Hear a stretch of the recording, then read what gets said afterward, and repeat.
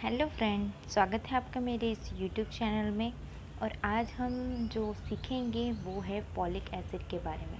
Folic acid की tablet होती है, आप लोग जानते हैं कि प्रेगनेंसी के टाइम वो ज़्यादा यूज़ होती है, तो वही हम आज फॉलिक एसिड के बारे में जानेंगे। तो फॉलिक एसिड क्या है? तो फॉलिक एसिड और folate is a type of vitamin B9।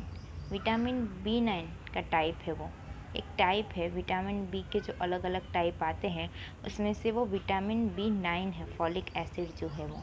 और विच इज़ वाटर सॉल्युबल। आप जानते हैं कि विटामिन जो है वो 2 टाइप्स के होते हैं, एक फैट सॉल्युबल और एक वाटर सॉल्युबल। जो ये जो फॉलिक एसिड है ये वाटर सॉल्युबल है। तो देखा फॉलिक एसिड कौन सा टाइप है, तो विटामिन B9 का टाइप है और वो वाटर सॉल्युबल है। दूसरा देखेंगे, it is essential for many body function. वो जो विटामिन फॉलिक एसिड का जो भी टैबलेट है वो हमको बहुत काम आता है, हमारे बॉडी के कई फंक्शन में वो बहुत ही ज़रूरी है, स्पेशली ड्यूरिंग प्रेगनेंसी के वक्त डॉक्टर बोलते हैं फॉलिक एसिड लेने को, और क्योंकि वो बहुत ही ज़रूरी है। It can be found in the foods like leafy green vegetables में देखने को मिलता है, फ्रूट्स में, बीन्स में, और कई ऐसे सप्लीमेंट है जिसमें वो देखने को मिलता है। फॉलिक एसिड हमको वो सब खाने से मिलता है। The need of folic acid is a increase during pregnancy due to various reason. ये जो फॉलिक एसिड की टैबलेट है वो प्रेगनेंसी के वक्त ज़्यादा ज़रूरत उसकी पड़ती है, क्योंकि उसके बहुत ही सारे रीज़न हैं। फॉलिक एसिड की ज़रूरत प्रेगनेंसी के टाइम क्यों ज़्यादा पड़ती है, तो वही सब रीज़न हम देखेंगे कि कौन कौन से रीज़न है कि फॉलिक एसिड जो टैबलेट है हमको लेने की ज़रूरत पड़ती है प्रेगनेंसी के टाइम पे। तो देखेंगे रीज़न या तो फिर advantages of folic acid. First है prevents neural tube defect. Paediatrics में आता है, पीडियाट्रिक्स में देखा होगा न्यूरल ट्यूब डिफेक्ट, जो पीछे के जो न्यूरल ट्यूब है वो बाहर की तरफ आ जाती है, देखा होगा। वो जो डिफेक्ट होता है उसको कम करते हैं। Folic acid help the proper development of the bodies brain and spinal cord.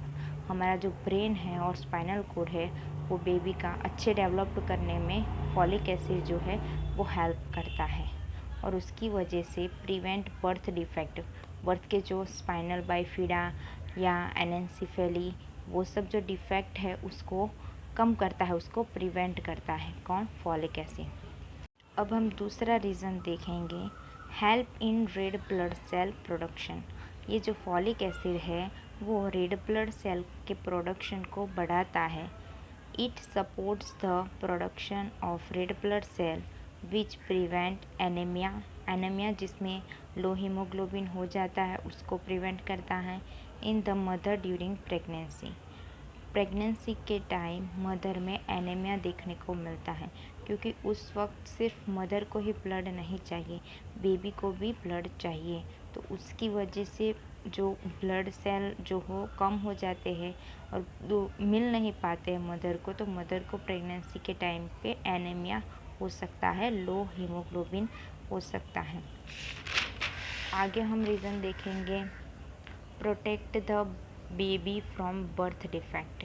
ये जो फॉलिक एसिड है वो बेबी को जो बर्थ डिफेक्ट होते हैं उनसे प्रिवेंट करता है, such as a cleft lip, cleft palate, preterm birth, miscarriage and problems with the placenta like abruption और IUGR। IUGR का मतलब है इंट्रा यूटेराइन ग्रोथ रिस्ट्रिक्शन, यानी कि यूट्रस में बेबी का जो नॉर्मल ग्रोथ होना चाहिए वो नहीं होता है, उससे कम ग्रोथ होता है।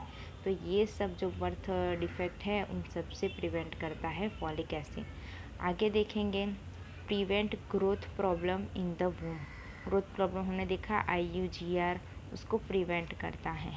Folic acid help the body grow properly in the वूम।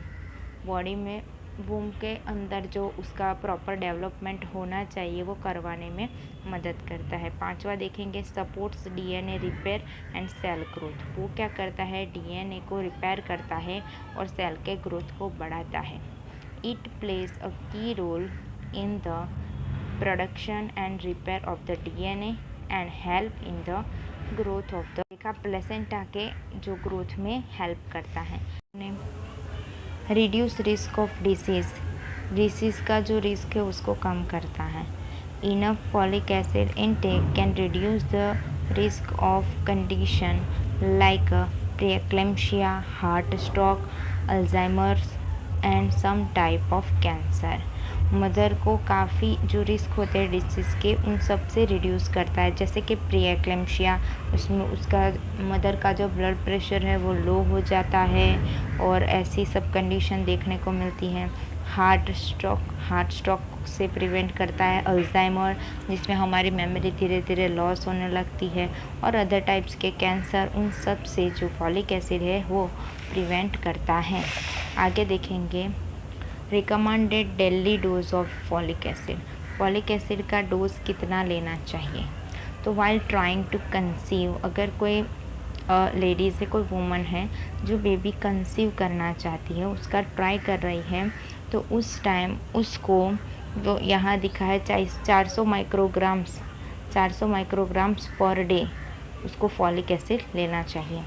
और फर्स्ट 3 मंथ ऑफ प्रेगनेंसी के स्टार्टिंग के जो 3 मंथ्स है उसमें भी उतना ही होता है। From 4 to 9 month of pregnancy, चौथे महीने से लेकर 9वां महीने तक 600 माइक्रोग्राम पर डे लेना चाहिए। और वाइल ब्रेस्ट फीडिंग, जब मदर ब्रेस्ट फीडिंग करा रही हो तब 500 माइक्रोग्राम पर डे उसको फॉलिक एसिड लेना चाहिए। During the first 3 months of pregnancy only folic acid should be given. Starting के जो 3 मंथ होते हैं उसमें सिर्फ ओनली 4 फॉलिक एसिड की ही टैबलेट लेनी है। आफ्टर दैट कंबाइंड IFA, यानी कि आयरन प्लस फॉलिक एसिड दोनों एक साथ कंबाइन में टैबलेट ले सकते हैं। अब देखेंगे side effect of folic acid. उसके कुछ साइड इफ़ेक्ट हो सकते हैं फॉलिक एसिड के। एक है एलर्जिक रिएक्शन हो सकता है, स्किन रैशेस एंड इचिंग हो सकती है, रेडनेस ऑफ स्किन हो सकती है, स्किन में रेडनेस देखने को मिल सकती है, या फिर जनरल वीकनेस और टायर्डनेस देखने को मिल सकती है। तो एक बार फिर से सब समराइज़ कर देंगे। फॉलिक एसिड जो है वो विटामिन B9 का 1 टाइप है, वो वाटर सॉल्युबल है। स्पेशली प्रेगनेंसी के टाइम ज़्यादा देने पड़ती है उसको। वो ग्रीन वेजिटेबल्स, फ्रूट्स, इन सब में से फॉलिक एसिड मिलता है हमको। और बहुत सारे रीज़न है जिसकी वजह से प्रेगनेंसी में दिया जाता है। तो ये सब रीज़न पड़े। एक तो न्यूरल ट्यूब डिफेक्ट बेबी में जो देखने को मिलता है वो कम होता है, इसकी वजह से रेड ब्लड सेल का प्रोडक्शन कराता है फॉलिक एसिड। फिर जो बर्थ डिफेक्ट देखने को मिलते हैं उन सब को कम करता है। IUGR यानी कि इंट्रायूटेरन ग्रोथ रेस्ट्रिक्शन जो होता है उसको, प्रॉब्लम को भी कम करता है। DNA को रिपेयर करता है, सेल को ग्रोथ देता है। और जो मदर को pre eclampsia, heart stroke, Alzheimer, वो सब डिसीज़ होती है उन सब को रिड्यूस करता है। और उसका रिकमेंड डोज जब प्रेगनेंसी कंसीव करने का ट्राई कर रही हो तब, और स्टार्टिंग के 3 मंथ्स 400 माइक्रोग्राम लेना चाहिए। और उसके बाद 4 से लेकर 9वें महीने तक 600 माइक्रोग्राम पर डे। और उसके बाद जब ब्रेस्ट फीडिंग करा रही हो तब 500 माइक्रोग्राम पर डे लेना चाहिए। और उसमें कहा है स्टार्टिंग के जो 3 मंथ है उसमें सिर्फ फॉलिक एसिड लेना चाहिए, और उसके बाद वो IFA यानी कि iron plus folic acid tablet ले सकती है। और side effect allergic reaction, skin rashes, itching, redness, weakness देखने को मिल सकता है। Thank you for watching.